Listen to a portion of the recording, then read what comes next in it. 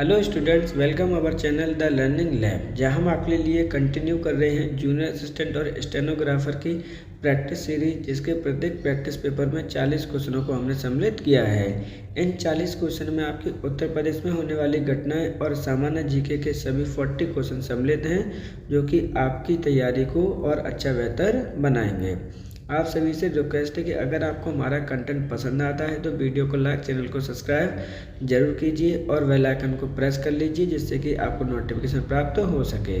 अगर आपको हमें कोई सजेशन देना है तो आप हमें कमेंट बॉक्स में दे सकते हैं। आपके लिए इन्फॉर्मेशन है, जो बच्चे आपके 1 अप्रैल से लेकर 31 अक्टूबर 2025 के उत्तर प्रदेश स्पेशल के कंटेंट पढ़ना चाहते हैं तो ऑलरेडी चैनल पर वीडियो उपलब्ध है, आप उसे जाकर देख सकते हैं। तो चलिए देखते हैं आज का अपना पहला क्वेश्चन। निम्नलिखित में से किस युग में तांबे का प्रयोग पहली बार किया गया? ताम्र पाषाण युग, नवपाषाण काल, पुरापाषाण काल, हड़प्पा काल, इनमें से कोई नहीं। तो देखिए यहाँ पे डायरेक्टली क्वेश्चन आपसे पूछा गया कि किस युग में आपका तांबे का प्रयोग पहली बार किया गया था। सही आंसर है ऑप्शन नंबर 1, ताम्र पाषाण युग में सबसे पहले इसका प्रयोग किया गया था। इसके बारे में जो पॉइंट आपको लर्न करना है वो ये करना है कि तांबा ही आपकी पहली ऐसी मेटल थी जिसका प्रयोग आपके मानव के द्वारा किया गया है। ये चीज़ आपको याद रखनी है, क्योंकि यहाँ से क्वेश्चन यूपी SSSC कई बार आपकी पूछ चुकी है। सही आंसर है ऑप्शन नंबर 1। निम्नलिखित में से किस स्थान पर प्रथम बौद्ध संगति का आयोजन किया गया था? वैशाली, पाटलिपुत्र, कश्मीर, राजगीर, इनमें से कोई नहीं। तो देखिए क्वेश्चन डायरेक्टली आपसे पूछ रहा है कि प्रथम बौद्ध संगति का आयोजन कहाँ पर किया गया था। सही आंसर है ऑप्शन नंबर 4, राजगीर में इसका आयोजन किया गया था। अब बात कर लेते हैं राजगीर की। हो सकता है इसका पुराना नाम से भी आपसे पूछ ले, जिसका पुराना नाम आपका क्या था? राजगृह था। राजगृह वर्तमान में आपका कहाँ पर स्थित है? तो ध्यान रखना है, ये वर्तमान में आपका नालंदा जिले में स्थित है। नालंदा जिला कहाँ पर स्थित है? तो ये आपके बिहार राज्य में आपका स्थित है। बात करते हैं राजगृह के बारे में, क्योंकि यहाँ से क्वेश्चन पहले भी आपके पूछे जा चुके हैं। ये आपका राजधानी हुआ करता था। किसकी राजधानी हुआ करता था? तो मगध साम्राज्य की ये राजधानी हुआ करता था। सर्वप्रथम यही आपकी राजधानी थी।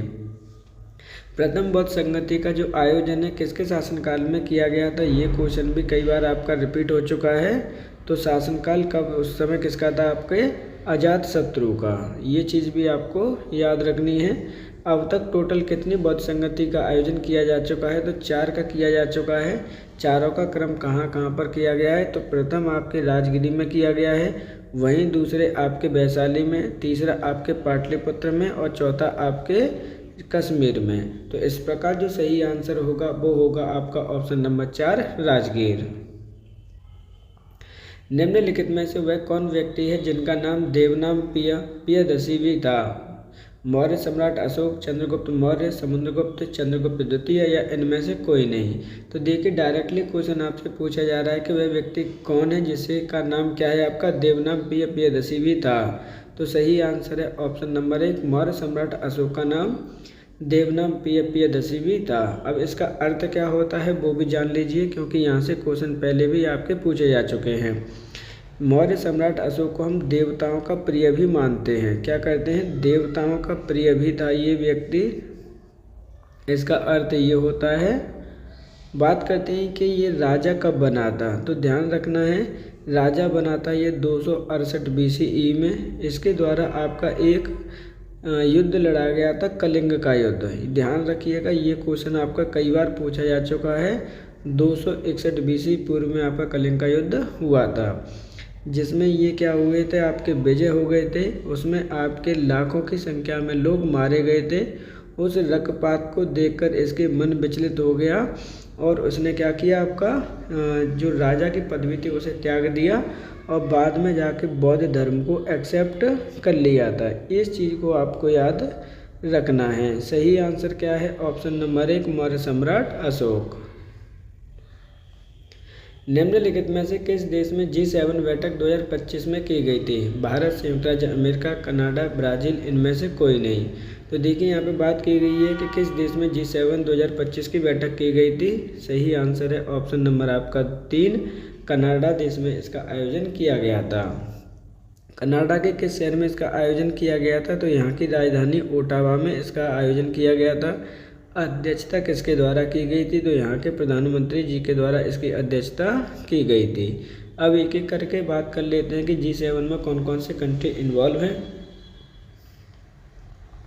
तो विश्व के ऐसे कंट्री जिनकी इकोनॉमी आपकी हाई है, उन्होंने एक ग्रुप बनाया है जिसे हम G7 ग्रुप कहते हैं। सबसे बड़ा उनमें से कौन सा है आपका? तो USA है, उसके बाद आपका कनाडा है, उसके बाद आपका UK है, देन आपका जापान है,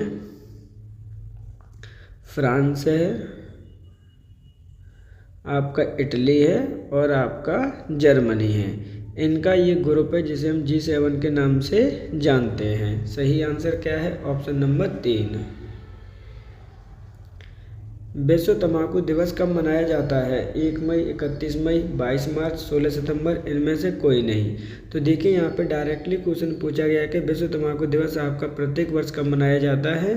सही आंसर है ऑप्शन नंबर आपका 3, 31 मई को आपका विश्व तंबाकू दिवस मनाया जाता है। बात करते हैं 2025 के बारे में, विश्व तंबाकू दिवस के बारे में कि 2025 की आपकी थीम क्या है, क्योंकि थीम से क्वेश्चन पहले भी आपके पूछ चुके हैं। तो 2025 की थीम है वो है आपका ब्राइट प्रोडक्ट, यानी आपके प्रोडक्ट को क्या करना है? आपको ब्राइट करना है। ये आपकी थीम है 2025 की। अब बात कर लेते हैं अदर ऑप्शंस की जो आपके दे रखे हैं, क्या कहाँ पर क्या क्या सेलिब्रेट किया जाता है।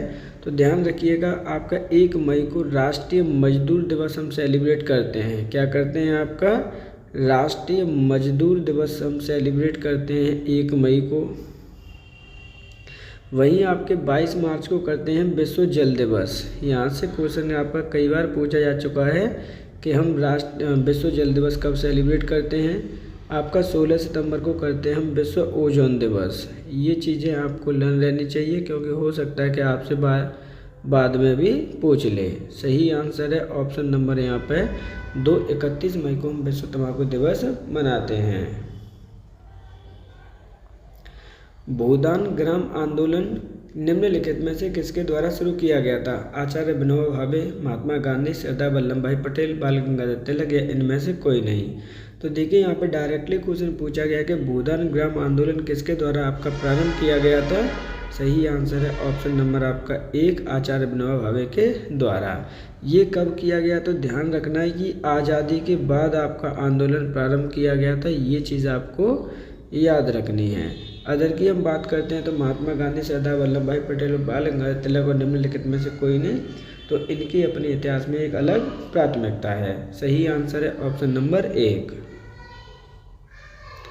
निम्नलिखित में से कौन सी घटना सर्वप्रथम घटित हुई थी? बंगाल विभाजन, जलियांवाला हत्याकांड, कांग्रेस स्थापना, प्रथम स्वतंत्रता संग्राम की घटना, इनमें से कोई नहीं।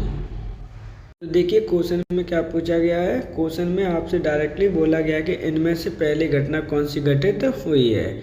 तो पहले हम जान लेते हैं कि कौन सी घटना कब घटित हुई है, जिससे कि आप इजीली आइडेंटिफाई कर पाए आंसर। बंगाल विभाजन आपका कब हुआ था? तो बंगाल विभाजन हुआ है आपका 1905 में। जलियांवाला हत्याकांड की घटना घटित हुई है 1919 ईस्वी में।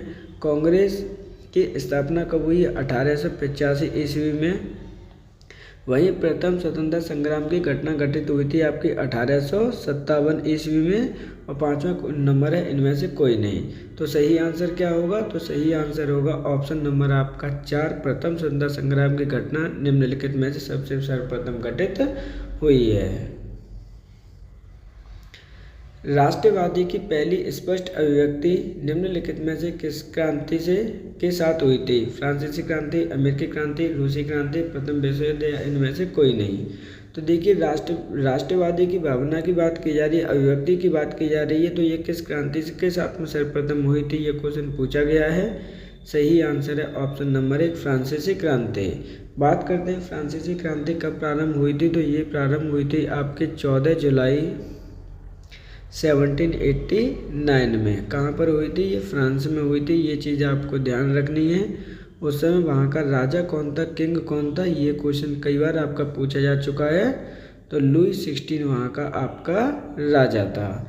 बात कर लेते हैं रूसी क्रांति की, ये कब हुई थी? तो 1917 ईस्वी में हुई है आपकी।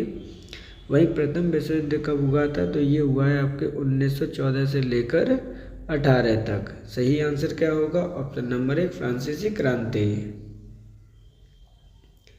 निम्नलिखित में से भारत का पहला राज्य कौन सा है जिसने आर्टिफिशियल इंटेलिजेंस पर आधारित स्पेशल इकोनॉमिक जोन का निर्माण करने की घोषणा की है? केरल, तमिलनाडु, छत्तीसगढ़, उड़ीसा, इनमें से कोई नहीं। तो देखिए यहाँ पे क्वेश्चन क्या है, भारत का प्रथम ऐसा राज्य कौन सा है जिसने आर्टिफिशियल इंटेलिजेंस का प्रयोग करके स्पेशल इकोनॉमिक जोन के निर्माण करने की घोषणा की है? सही आंसर है ऑप्शन नंबर आपका 3 छत्तीसगढ़ राज्य ने।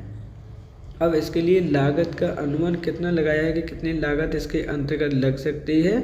तो 1000 करोड़ रुपए की लागत इसके अंतर्गत लग सकती है। ये चीज़ आपका प्रावधान किया गया है। सही आंसर क्या होगा? Option number 3। नोमैडिक एलिफेंट सैन्य अभ्यास भारत और किस देश के मध्य किया जाता है? थाईलैंड, मंगोलिया, इंडोनेशिया, वियतनाम, इनमें से कोई नहीं। तो देखिए यहाँ पे एक युद्ध सैन्य युद्ध की बात की जा रही है, युद्ध अभ्यास की बात की जा रही है नोमैडिक एलिफेंट की। ये किसके मध्य आपका किया जाता है? भारत और अन्य देश के साथ में किया जाता है। वह कौन सा देश है? तो सही आंसर है ऑप्शन नंबर आपका 2 मंगोलिया देश के साथ में इसका आयोजन किया जाता है। अब बात करते हैं 2025 में इसका आयोजन कहाँ पे किया गया था, कौन सा एडिशन था? तो 2025 में इसका आयोजन हो चुका है जो कि 17 आपका एडिशन था। आयोजन कहाँ पे हुआ था ये क्वेश्चन आपका मस्ट है, हो सकता है कि यहाँ से क्वेश्चन आपसे पूछ ले। तो इसका आयोजन आपके उलान बटोर में हुआ था। उलान बटोर कहाँ पर है? उलान बटोर आपके मंगोलिया की राजधानी है। सही आंसर क्या है? ऑप्शन नंबर 2 भारत और मंगोलिया के मध्य आपका आयोजन किया जाता है नोमैडिक एलिफेंट सैन्य अभ्यास। विश्व की पहली सबसे ऊंची चोटी माउंट एवरेस्ट किन 2 देशों के मध्य स्थित है? नेपाल भारत, नेपाल पाकिस्तान, नेपाल तिब्बत, तिब्बत चीन, इनमें से कोई नहीं। तो देखिए विश्व की सबसे ऊंची चोटी की बात की जा रही है, माउंट एवरेस्ट के किन देशों के बीच आपके स्थित है? सही आंसर है ऑप्शन नंबर 3 नेपाल और तिब्बत के मध्य ये स्थित है। इसकी ऊंचाई की अक्सर करके बात की जाती है कि इसकी हाइट कितनी है, तो ये चीज़ आपको याद रखनी है। इसकी हाइट है आपकी 9848, सॉरी गलत हो गई, इसको चेंज कर लीजिएगा, 8848। कितनी है? 8848.5 मीटर इसकी हाइट है।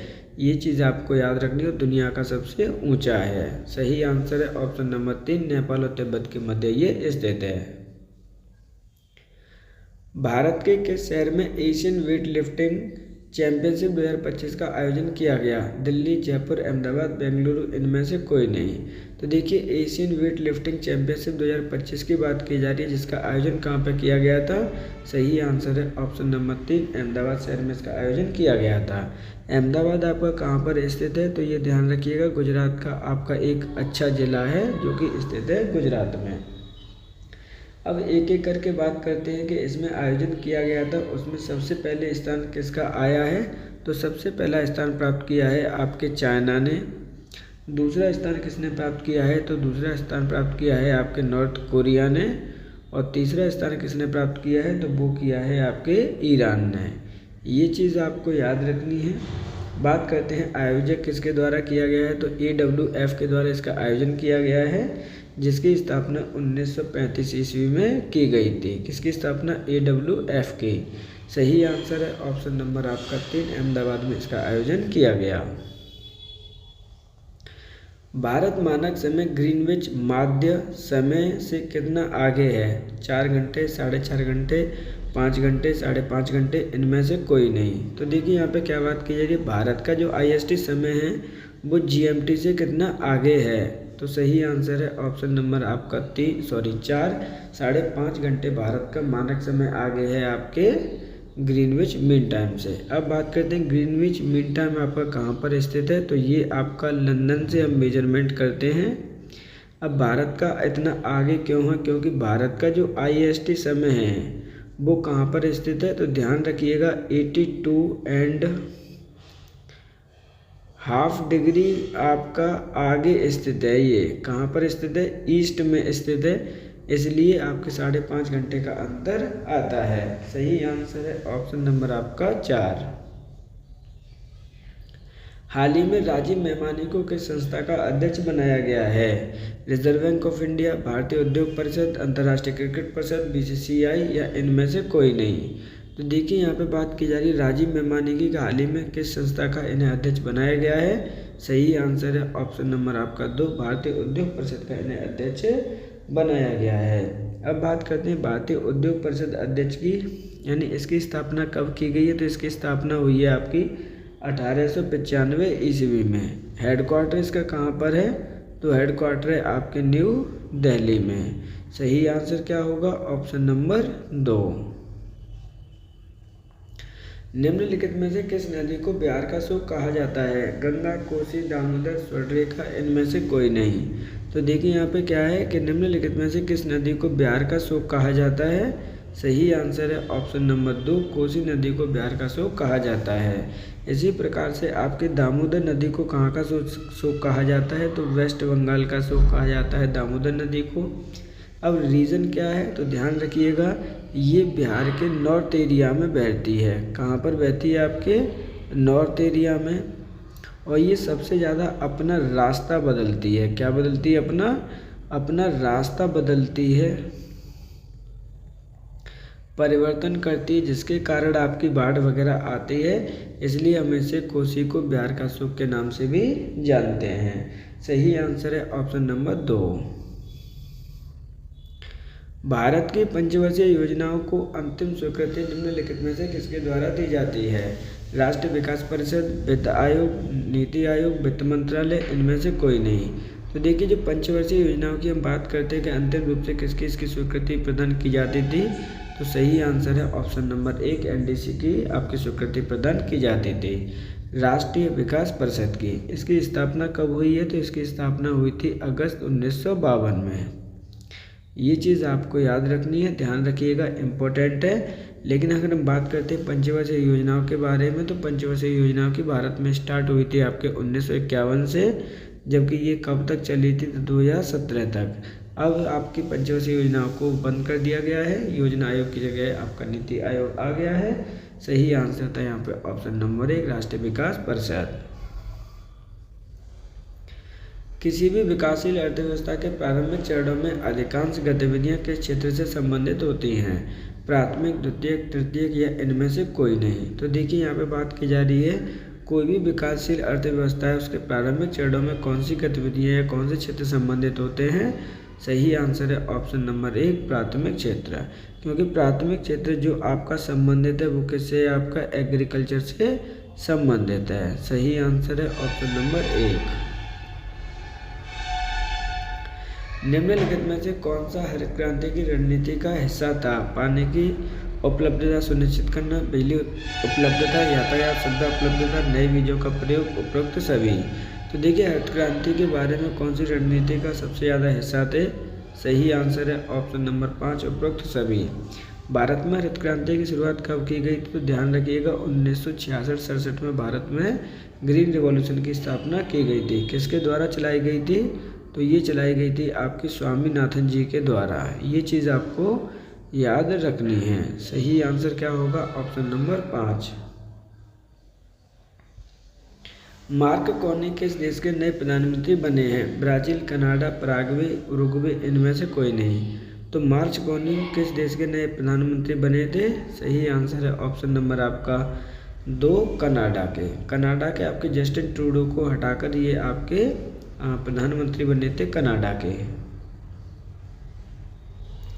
एशियाई खेल 2026 का आयोजन किस देश में किया जाएगा? चीन, भारत, इंडोनेशिया, जापान, इनमें से कोई नहीं। तो देखिए एशियाई खेल की बात की जा रही है 2026 की, कि इसका आयोजन 2026 में किस देश में किया जाना है। सही आंसर है ऑप्शन नंबर 4, ये आपके जापान में इसका आयोजन किया जाएगा। जापान में भी कहाँ किया जाएगा? तो जापान का एक शहर है टोक्यो। टोक्यो में इसका आयोजन किया जाना है, जो कि आपकी राजधानी है। सही आंसर क्या है? ऑप्शन नंबर आपका 4, जापान। उत्तर प्रदेश पंचायती राज अधिनियम 1947 के अनुसार स्थानीय निकाय में महिलाओं के लिए कितने प्रतिशत आरक्षण की व्यवस्था की गई? 25%, 33%, 50%, 60%, इनमें से कोई नहीं।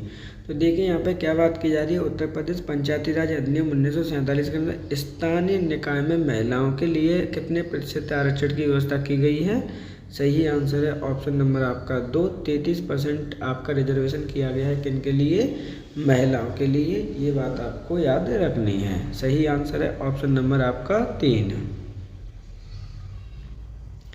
घाटमपुर ताप विद्युत परियोजना उत्तर प्रदेश के किस जिले में स्थित है। लखनऊ, मेरठ, सहारनपुर, कानपुर, इनमें से कोई नहीं। तो देखिए यहाँ पे बात की जा रही है घाटमपुर ताप विद्युत परियोजना की कि उत्तर प्रदेश के किस जिले में ये आपकी स्थित है। सही आंसर है ऑप्शन नंबर 4, ये कानपुर जिले में आपकी ये स्थित है। अब बात करते हैं एक एक पॉइंट के बारे में कि इसकी शुरुआत कब की गई है। तो ध्यान रखिएगा, इसे बनाने के लिए इसकी शुरुआत 2025-26 में इसकी शुरुआत की गई है। बात करते हैं कि इसकी कॉस्ट कितनी लगने वाली है या फिर लागत कितने आने वाली है। तो लागत आने वाली है आपकी 21,780 करोड़ रुपए की लागत आने वाली है, ऐसा इसके अंतर्गत प्रावधान किया गया है। बात करते हैं इसकी क्षमता कितनी होगी कि आपकी क्षमता, तो यहाँ पर याद करना है आपको 660 मेगावाट की इसकी क्षमता होगी। सही आंसर क्या है, ऑप्शन नंबर आपका 4, कानपुर में ये स्थित है। उत्तर प्रदेश के राज्य वित्त आयोग के अध्यक्ष की नियुक्ति किसके द्वारा की जाती है। राष्ट्रपति, प्रधानमंत्री, मुख्यमंत्री, राज्यपाल, इनमें से कोई नहीं। तो देखिए हमें प्रदेश के राज्य वित्त आयोग के बारे में बात की गई है कि इसके अध्यक्ष की नियुक्ति किसके द्वारा की जाती है। सही आंसर है ऑप्शन नंबर 4, राज्यपाल के द्वारा इसकी नियुक्ति की जाती है। बात करते हैं इसका प्रावधान कहाँ पर दे रखा है। तो अनुच्छेद नंबर आपको याद करना पड़ेगा 243 का आई में इसका प्रावधान आपका दिया गया है राज्य वित्त आयोग का, जिसके अध्यक्ष या सदस्यों की नियुक्ति राज्यपाल महोदय जी के द्वारा की जाती है। सही आंसर क्या होगा, ऑप्शन नंबर 4। भारत के किस राज्य के उच्च न्यायालय में सबसे अधिक जजों की संख्या है। महाराष्ट्र, पश्चिम बंगाल, उत्तर प्रदेश, तमिलनाडु, इनमें से कोई नहीं। तो देखिए किस राज्य के उच्च न्यायालय में सबसे अधिक जजों की संख्या है, क्वेश्चन पूछा गया है। सही आंसर है ऑप्शन नंबर आपका 3, उत्तर प्रदेश राज्य न्यायालय में। बात करते हैं उत्तर प्रदेश का राज्य न्यायालय कहाँ पर स्थित है। तो ये आपका प्रयागराज में स्थित है। इम्पोर्टेंट है, ध्यान रखिएगा, यहाँ से क्वेश्चन आपको लर्न करना ही करना है। टोटल इसमें कितने आपके जो जजों की संख्या वो कितनी हो सकती है। तो यहाँ पर आपकी 160 तक आपकी हो सकती है। सही आंसर क्या होगा, ऑप्शन नंबर 3। निम्नलिखित में से उत्तर प्रदेश के किस क्षेत्र में आला लोकगीत प्रचलित है। पश्चिमी क्षेत्र, मध्य क्षेत्र, पूर्वी क्षेत्र, बुंदेलखंड क्षेत्र, या इनमें से कोई नहीं। तो उत्तर प्रदेश के किस क्षेत्र में आला लोकगीत प्रचलित है। सही आंसर है ऑप्शन नंबर आपका 4, बुंदेलखंड क्षेत्र में। आला गीत क्या है आपका वो भी समझ लीजिए। तो यहाँ पर आपके आला और ऊदल क्या है, आपके आला और ऊदल नामक 2 भाई हुआ करते थे, उनकी गाथाएं गाई जाती हैं, उनकी वीरता की गाथाएं गाई जाती हैं। ये चीज़ आपको याद रखनी है। सही आंसर है ऑप्शन नंबर 4। उत्तर प्रदेश के निम्नलिखित में से किस जिले को खेल के सामान के निर्माण के लिए जाना जाता है। गाजियाबाद, सहारनपुर, मेरठ, मुरादाबाद, इनमें से कोई नहीं। तो देखिए यहाँ पे बात की जा रही है किस जिले को खेल के सामान के निर्माण के लिए जाना जाता है। सही आंसर है ऑप्शन नंबर आपका 3, मेरठ जिले को। वहीं बात करते हैं अदर ऑप्शन के बारे में। तो सहारनपुर को किसके लिए जाना जाता है। तो यहाँ पर आपके कागज निर्माण के लिए जाना जाता है, ये चीज़ आपको याद रखनी है। वहीं अगर बात करते हैं मुरादाबाद की, तो यहाँ पर जो पीतल होती है उसके बर्तन आपके सबसे ज़्यादा कास्टिंग की जाती है, यहाँ पर बनाए जाते हैं। सही आंसर क्या होगा, ऑप्शन नंबर 3। निम्नलिखित में से उत्तर प्रदेश के किस जिले की सीमा नेपाल देश की सीमा से नहीं लगती। मुरादाबाद, लखीमपुर खीरी, महाराजगंज, श्रावस्ती, इनमें से कोई नहीं। तो देखिए यहाँ पे बात की जा रही है निम्नलिखित में से कौन से जिले की सीमा नेपाल की सीमा से नहीं लगती है। तो सही आंसर है ऑप्शन नंबर आपका 1, मुरादाबाद की सीमा नेपाल देश से नहीं लगती। बात करते हैं उत्तर प्रदेश और नेपाल की कितनी सीमा इसके साथ में लगती है। तो तो 7 जिलों की सीमा इसके साथ में आपकी लगती हैं, जिनमें से एक है आपका लखीमपुर खीरी, महाराजगंज, श्रावस्ती। 3 तो ये हो गई, और चौथे कौन कौन से हैं उन्हें भी लर्न कर लीजिए, हो सकता है कि वहाँ से क्वेश्चन आपका पूछ लिया जाए। तो नंबर 3 पर आता है आपका 4 पर आता है आपका बहराइच। नेक्स्ट आता है आपका बलरामपुर, और इसके बाद आता है आपका किशनगंज। नेक्स्ट कौन सा है आपका, तो पीलीभीत याद कर लीजिएगा। सही आंसर क्या है, ऑप्शन नंबर यहाँ पर होगा 1, मुरादाबाद की सीमा इससे साथ में नहीं लगती। उत्तर प्रदेश के किस शहर का नाम बदलकर परशुरामपुरी करने की अनुमति गृह मंत्रालय ने स्वीकृति की है? जलालाबाद, फिरोजाबाद, जौनपुर, अलीगढ़, इनमें से कोई नहीं। तो देखिए यहाँ पे क्या बात की जा रही है, एक शहर है उत्तर प्रदेश का जिसका नाम बदलकर परशुरामपुरी करने की अनुमति गृह मंत्रालय के द्वारा दी गई है। सही आंसर है ऑप्शन नंबर आपका 1, जलालाबाद। ध्यान रखिएगा जलालाबाद कहाँ पर स्थित है, तो ये आपके शाहजहांपुर में आपका स्थित है। एक एक पॉइंट आपको याद रखना है जिससे कि आपको चीज़ें याद रहें। सही आंसर क्या है, ऑप्शन नंबर 1। उत्तर प्रदेश के, अच्छा ये तो हो गया, सॉरी। भारत का पहला ग्रीन हाइड्रोजन प्लांट किस नगर में स्थापना की है? लखनऊ, आगरा, कानपुर, प्रयागराज, इनमें से कोई नहीं। तो देखिए यहाँ पे क्या बोला गया है कि भारत का पहला ग्रीन हाइड्रोजन प्लांट की बात की जा रही है, किस नगर में इसकी स्थापना की गई है, क्योंकि यहाँ से इस प्रकार के क्वेश्चन आपके आने ही आने हैं, ध्यान रखिएगा। तो सही आंसर होगा ऑप्शन नंबर 5, इनमें से कोई नहीं, क्योंकि इसकी जो स्थापना की जा रही है वो गोरखपुर शहर में की जा रही है। कहाँ की जा रही है आपकी, गोरखपुर जिला है आपका, ये चीज़ आपको याद रखनी है। सही आंसर है ऑप्शन नंबर यहाँ पे 5। भारत का पहला रेलवे ट्रैक के बीच सौर पैनल लगाने वाला प्रथम राज्य कौन सा है? प्रयागराज, कानपुर, वाराणसी, लखनऊ, इनमें से कोई नहीं। तो यहाँ पे देखिए आपका प्रथम राज्य नहीं है, क्या है यहाँ पे, जिला कर लीजिए इसको।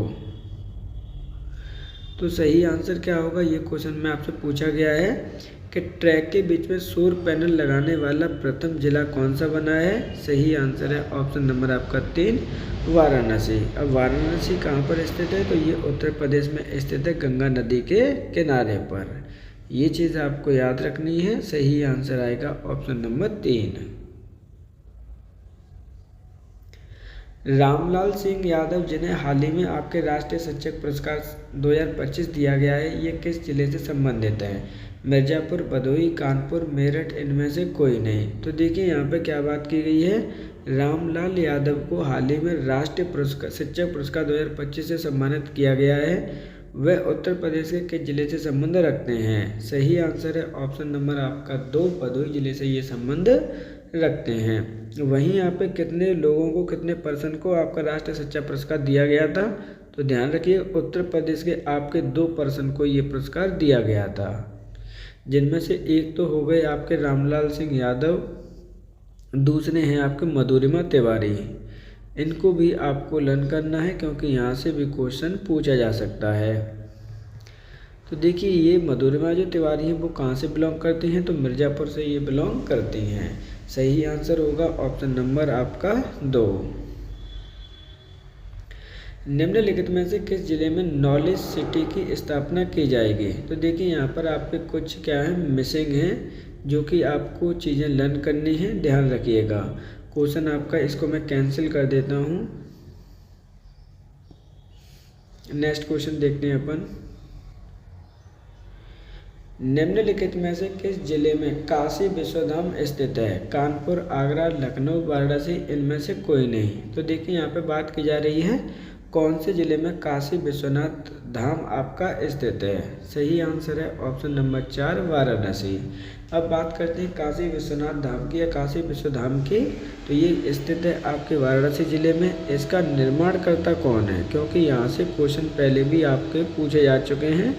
तो निर्माण करता है आपकी, ध्यान रखना है, होलकर। क्या नाम है उनका? रानी बाई होलकर के द्वारा इसका निर्माण कराया गया है।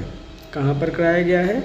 तो गंगा नदी के रिवर के किनारे पर इसका निर्माण कराया गया है। ये चीज़ इम्पोर्टेंट है। किससे संबंधित है? तो भगवान महादेव से ये संबंधित है। सही आंसर है ऑप्शन नंबर 4। आगरा जिले की स्थापना किस वर्ष की गई थी? 1498, 1504, 1490, 1576 या इनमें से कोई नहीं। तो देखिए आगरा जिले की स्थापना किस वर्ष की गई है आपकी? ऑप्शन नंबर होगा 2, 1504 ईस्वी में इसकी स्थापना की गई है। एक एक करके बात करते हैं। इंपॉर्टेंट पॉइंट है आगरा से रिलेटेड। स्थापना किसके द्वारा की गई थी? तो इसकी स्थापना आपके सिकंदर लोदी के द्वारा इसकी स्थापना की गई है। कब की गई है? तो ऑलरेडी आप आंसर में देख चुके हैं। 1504 ईस्वी में इनके द्वारा इसकी स्थापना की गई थी। किस नदी के किनारे पर की गई है? तो ये आपकी यमुना नदी के किनारे पर इसकी स्थापना की गई है। यहाँ से एक एक पॉइंट आपके लिए जो इम्पोर्टेंट है वो समझ लीजिए। अब आगरा में आपके कौन कौन से आर्किटेक्चर स्थित है? तो ध्यान रखना है आपका नंबर 1 पे तो आपका ताजमहल ही है। दूसरा आपका बुलंद दरवाज़ा भी आगरा में ही स्थित है। आपका अकबर टॉम्ब भी आपका कहाँ पर स्थित है? आगरा में ही है। ये चीज़ आपको याद रखनी है क्योंकि यहाँ से क्वेश्चन आपके पूछे ही जाने हैं। तो सही आंसर है ऑप्शन नंबर 2। लोकसभा के पद धारण करने की न्यूनतम आयु क्या है? 30 वर्ष, 25 वर्ष, 21 वर्ष, 18 वर्ष, इनमें से कोई नहीं। तो देखिए लोकसभा का पद धारण करने के लिए न्यूनतम आयु पूछी गई है। सही आंसर है ऑप्शन नंबर आपका 2, 25 वर्ष की। अब बात करते हैं, देखिए 25 वर्ष चाहे आपका लोकसभा में हो या फिर आप विधानसभा में हो, दोनों के लिए आपको 25 वर्ष का होना कंपलसरी है, तभी आप चुनाव लड़ पाएंगे। Number 1 point. दूसरा वहीं आप अगर 30 वर्ष हैं तो आपकी राज्यसभा का जो आप चुनाव लड़ते हैं उसमें आप चुनाव लड़ पाएंगे या फिर मेंबर बन पाएंगे। ऐसे ही आपके राज्य विधान परिषद में है। तो एक एक पॉइंट आपको याद रखना है। देखिए छोटे छोटे से माइनर आपके क्या कहते हैं डिफरेंसेस है, इनसे क्वेश्चन आपके गलत हो जाते हैं। वहीं अगर आपको मुखिया का या सरपंच का चुनाव लड़ना है तो आपकी एज कितनी होनी चाहिए? आपकी एज होनी चाहिए मिनिमम 21 वर्ष की। लेकिन 18 वर्ष के हो चुके हो और वोटर लिस्ट में आपका नाम है तो आप ऑलरेडी वोट कर सकते हो। सही आंसर है ऑप्शन नंबर 2। अंतर्राष्ट्रीय जैव विविधता दिवस किस तारीख को मनाया जाता है? 22 मई, 22 मार्च, 22 अप्रैल, 11 जुलाई, इनमें से कोई नहीं। तो देखिए अंतर्राष्ट्रीय जैव विविधता दिवस की बात की जा रही है, बायोडाइवर्सिटी की बात की जा रही है। कब मनाया जाता है? सही आंसर है ऑप्शन नंबर आपका 1, 22 मई को। अब देखिए यहाँ पे अलग ऑप्शन देख लीजिए। 22 मार्च को मनाया जाता है आपका वर्ल्ड वाटर डे। क्या मनाया जाता है? आपका विश्व पानी दिवस या जल दिवस हम मनाते हैं आपका। वहीं 22 अप्रैल को मनाते हैं वर्ल्ड अर्थ डे। ये छोटे छोटे से माइनर से डिफरेंसेस हैं जो आपको याद रखने हैं क्योंकि क्वेश्चन अक्सर करके यहाँ से पूछा जाता है। ये है आपका वर्ल्ड पॉपुलेशन डे। तो सही आंसर क्या होगा? ऑप्शन नंबर होगा आपका 1, 22 मई। निम्नलिखित में से उत्तर प्रदेश में क्या स्थित नहीं है? बुलंद दरवाज़ा, चार मीनार, अटाला मस्जिद, रूमी दरवाज़ा, इनमें से कोई नहीं। तो देखिए उत्तर प्रदेश में इनमें से क्या नहीं है? सही आंसर होगा ऑप्शन नंबर 2, चार मीनार। क्योंकि चार मीनार आपकी कहाँ पर स्थित है? तो चार मीनार आपकी हैदराबाद में स्थित है। ये चीज़ आपको याद रखनी है। वहीं बुलंद दरवाज़ा की बात करते हैं तो ये आपका आगरा में स्थित है। अटाला मस्जिद की बात करते हैं तो ये आपके जौनपुर में स्थित है। वहीं बात करते हैं हम रूमी दरवाजे की तो ये आपके लखनऊ में स्थित है। क्वेश्चन में पूछा गया था कि क्या आपका उत्तर प्रदेश में स्थित नहीं है? सही आंसर है ऑप्शन नंबर 2, चार मीनार। नौटंकी निम्नलिखित में से किस राज्य का लोक नृत्य है? उत्तर प्रदेश, हरियाणा, बिहार, मध्य प्रदेश, इनमें से कोई नहीं। तो देखिए नौटंकी की बात की जा रही है कि ये किस राज्य का लोक नृत्य है? सही आंसर है ऑप्शन नंबर 1, उत्तर प्रदेश का। उत्तर प्रदेश के कौन से क्षेत्र में ये गाई जाती है? तो ध्यान रखना है आपको, पश्चिमी क्षेत्र में अक्सर करके ये क्वेश्चन आपसे पूछे जाते हैं। और उसमें भी अगर आपका जो ज़िले डिफाइन कर सकते हैं, आगरा है आपका, आगरा, अलीगढ़ है, इस तरह के जो छोटे छोटे से आपके ज़िले हैं यानी पश्चिमी ज़िले हैं उनमें इसका वाचन किया जाता है। सही आंसर है ऑप्शन नंबर 1। निम्नलिखित में से उत्तर प्रदेश के किस जिले की सीमा मध्य प्रदेश की सीमा से साझा नहीं करता? ललितपुर, झांसी, बांदा, मथुरा, इनमें से कोई नहीं। तो देखिए उत्तर प्रदेश निम्नलिखित में से कौन से प्रदेश के साथ में आपकी सीमा साझा नहीं करता है? जिला उत्तर प्रदेश का है। सही आंसर है ऑप्शन नंबर आपका 4 मथुरा जिला। अब बात करते हैं कि मध्य प्रदेश के साथ में कितने ज़िले आपकी सीमा साझा करते हैं उत्तर प्रदेश के? तो आपको ध्यान रखना है 12 ज़िले आपके सीमा साझा करते हैं किनके साथ में? एमपी के साथ में। वहीं आपके 7 ज़िले सीमा साझा करते हैं उत्तराखंड के साथ में। 7 ज़िले सीमा साझा करते हैं आपके नेपाल के साथ में। वहीं 7 ज़िले सीमा साझा करते हैं किसके साथ में? आपके बिहार के साथ में। वहीं आपका एक ज़िला करता है आपके छत्तीसगढ़, एक ज़िला करता है आपके झारखंड से, और आपके 2 ज़िले करते हैं राजस्थान से। देखिए एक एक कितने बेहतरीन पॉइंट्स हैं आपके लिए। और एक ज़िला सीमा साझा करता है आपके सहारनपुर से। तो ये सारी चीज़ें आपको लर्न करनी है, फैक्ट भी लर्न करनी है, क्योंकि यहाँ से क्वेश्चन आपके अक्सर करके बनते हैं। सही आंसर है ऑप्शन नंबर 4। निम्नलिखित में से किसने प्रसिद्ध पुस्तक पावर्स ऑफ द माइंड लिखी है? Swami Vivekananda, Kautilya, Adam Smith, Dadabhai Naoroji. Option number इनमें से कोई नहीं। तो देखिए पावर ऑफ द माइंड पुस्तक के लेखक कौन है? सही आंसर है ऑप्शन नंबर 1 स्वामी विवेकानंद। अब बात करते हैं स्वामी विवेकानंद जी के बारे में, क्योंकि इनके बारे में क्वेश्चन अक्सर करके पूछे जाते हैं। स्वामी विवेकानंद जी के द्वारा आपके 1897 का जो धर्म सभा में आपका संबोधन था वो अक्सर करके आपके आता है। धर्म सभा में इन्होंने पार्टिसिपेट किया था कहाँ पर? आपके यूएसए में। ये चीज़ आपको याद रहेगी, हमेशा ध्यान रखिएगा। इम्पोर्टेंट क्वेश्चन है आपका 1893 कर लीजिएगा इसको।